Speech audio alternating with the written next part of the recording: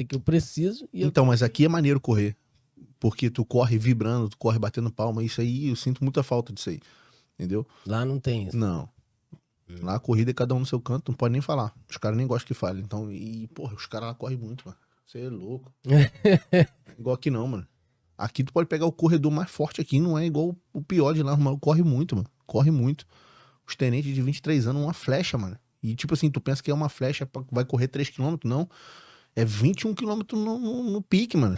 Esse 3 por 1. Eu sempre cheguei ferrado no quartel, mano. Chegava alongando o joelho aqui, cara, estou todo machucado, mano. Bacana, curioso mesmo. Aí tu foi pra ser apó do Batalhão Naval, companhia de honra do Comando Geral. Como foi essa experiência lá? Lá, inclusive, a gente serviu junto como soldado. Foi lá que a gente se conheceu. Eu gostei bastante, assim, da experiência. Foi bacana. E o que você achou de lá? Inclusive, quando eu cheguei lá, eu achei que... Bom, já cheguei lá, já achei estranho que tinha um monte de pequeno lá. É. Tudo dentro deles. Cenário Assim, também. mas eu vi que tu tinha padrão pra servir lá, porque tem um perfil. Eu tinha o perfil quando eu cheguei, mas muitas coisas foram acontecendo lá que foram me desanimando no caminho, entendeu? Porque a companhia de polícia é um quartel meio que separado de tudo. Então a gente meio que tem o poder de manobrar entre a gente, entendeu? Então eu via muita gente, assim, é mais por causa das pessoas do que por causa da instituição. Tinha muitas pessoas na nossa época que ferravam os outros de graça, entendeu? E entre a gente não precisava dessas paradas. Entendeu? Então, assim, mas também conheci muita gente fina, pô. Eu acho que o companheirismo que a gente tinha lá e a amizade que a gente tinha lá, acho que eu não vou encontrar em outro lugar, mano. A zoeira, a gente, sei lá, mano, eu não sentia como se a gente estivesse se ferrando, tá ligado? Conheci muita gente boa também, o Sargento Neto, por exemplo, a gente tava falando agora, pô, gente finíssima, vivia com os soldados. Eu gostei da minha experiência na POL, cara. Gostei, foi interessante. Acho que a POL, assim, hoje eu acho que tá mais liberado, mas na nossa época ela privava muita gente dos estágios. Tipo assim, não tenho certeza, porque eu não me lembro. Mas eu acho que quando eu saí do recrutamento, que eu cheguei na POL, eu acho que eu teria dado o nome POPESP, por exemplo, porque eu tava no gás e tava vibrando, que tu acaba o SEMPA, tu tá vibrando. Só que na época ele travava muita gente pros estágios, a gente não conseguia fazer os cursos, então era muito complicado. Só tinha o controle de trânsito lá. Vocês encontraram. Então, complicado. Eu achei que nessa época, assim, podia ter liberado um pouco mais a gente, podia dar um pouco mais de liberdade pra gente dar um nome pros estágios. Mas, enfim. Por causa das prioridades lá da companhia de polícia, né? E até contar meu cenário aqui, tinha chegado do Haiti, já não tinha... Tinha feito todas as missões já do Paysandu. Tinha mais nada pra mim lá, é só ficar repetindo as mesmas missões. Aí apareceu lá, voluntário pra ser apó do Batalhão Naval. Um dos requisitos era ter 1,80 m. Mas eu fui voluntário, ninguém queria ser voluntário. Ninguém queria ser voluntário, eu dei. Falei, vai que cola, né? Deu o nome. E foi um monte de pequeno, foi tu, Ninguém foi o... queria, todo mundo só queria Batalhão Naval. Se apó, ninguém queria. Aí eu achava que eu era o único baixinho, né? Chegou Só lá tinha no dia de se apresentar, vários baixinhos. Mas era o comandante Leandro Santos na época, pô, vibrei com a atitude dele. Ele falou, o senhor não tem 1,80 m, mas se os senhores foram voluntários, então sejam bem-vindos. E, inclusive, eu fui o guião mais alto da CEPOL do Batalhão Naval. Mas, realmente, eu acho que isso é uma característica de OMs pequenas, né? Como é pouca gente, tende a ser mais unido e mais próximo um do outro. Então, foi realmente uma experiência de amizade que a gente tem até hoje.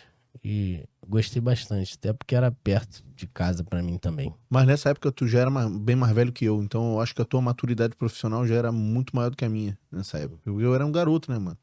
Sim. Eu era um garoto assim, tipo assim, eu tinha 21 anos quando eu cheguei na Ciapol, então eu não sabia exatamente o que eu queria pra mim, mano.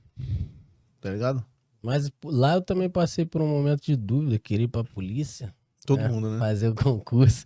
Até estudei 1 ano, mas acabou que não abriu o concurso. Inclusive foi lá que eu tive a minha experiência de saber o que eu quero da vida por causa da maré. Isso. Foi pra maré pela Ciapol? Fui pela Ciapol. Caraca. E até pediram pra eu falar do nosso grupamento da Maré. Eu fui no segundo contingente, na época. Acho que o primeiro contingente deve ter se ferrado muito mais do que eu. Mas, cara, na Maré, tipo assim, tu pegava o bandido e os moradores tacavam pedra, mano. Aí foi aí que eu comecei a falar, velho, que não é meu país isso aqui, mano.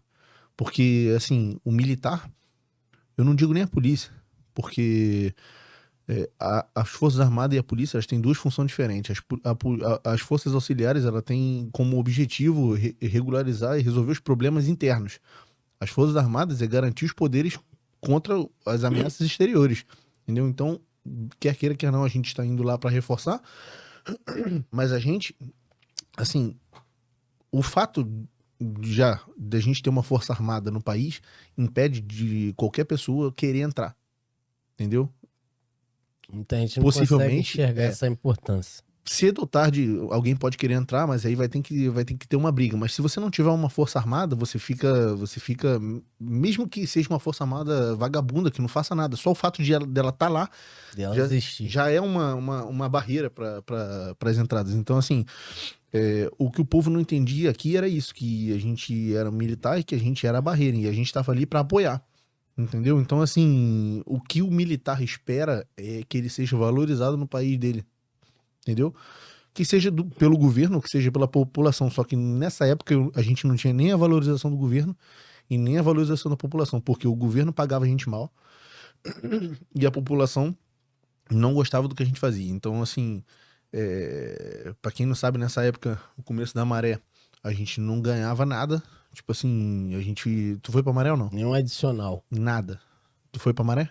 Não. Ainda cortaram o Vale Transporte, mano. Descontou o Vale Transporte. Ainda descontou o Vale Transporte, mano. Aí Tá comprei. ligado? E tipo assim, tu ficava 6 meses sem ir pra casa, basicamente, porque tu ia. Tu passava 2 dias em casa, depois voltava, ficava 2 meses sem sair.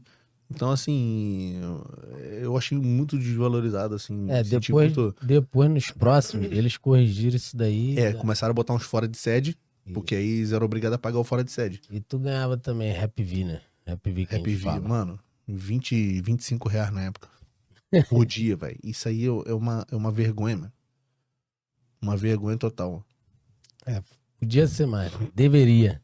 Deveria ser ajuda de custo, né? A diária da polícia, por exemplo. Deveria ser ajuda de custo, né? É. Porque a gente fazia o trampo lá, mano. Tiveram militares. Eu não sei se teve algum naval que morreu, mas teve militares do exército que morreram na época.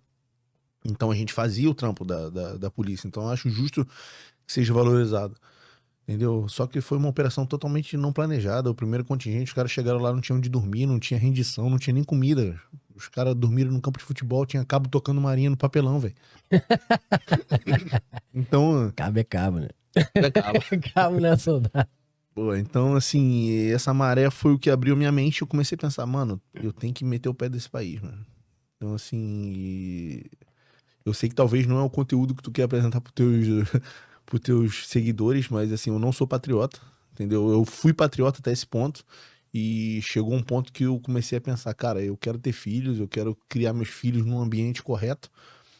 E eu comecei a ver que esse não era um ambiente que eu não ia conseguir proporcionar para meus filhos o que educação, saúde, as coisas básicas e os valores que eu queria apresentar para os meus filhos, porque eu já via o rumo que a sociedade estava levando, entendeu? Que era essa geração com muito mimimi, enfim. Então eu comecei a procurar uma saída. Falei, eu tenho que sair do país. Então a Legião não era a primeira opção. A primeira opção é aquele sonho americano, né? Pô, vou tentar ir para os Estados Unidos, vou tentar. Mas, mano, quando tu começa a pesquisar mesmo, é complicado, mano. Complicado tu conseguir papel, tu conseguir se legalizar. E foi aí que eu comecei a procurar e encontrei a Legião. Eu já conhecia a Legião antes, só que era uma parada que, tipo assim, tu pesquisava na Legião na internet, tu só via bagulho de guerra, bagulho de morte. E, tipo assim, parecia que tu tava indo pro abate, mano. Era tipo isso, era o que era apresentado na... Só que eu pensei assim, a minha mente foi exatamente essa. Pensei, mano, não é possível que não tenha rancheiro lá, mano. Falei, não é possível que não dá pra se acochar em qualquer lugar, mano. Não é possível, tem que ter um lugar pra tu se acochar, mano. Os caras comem, não comem? Tem que ter, mano.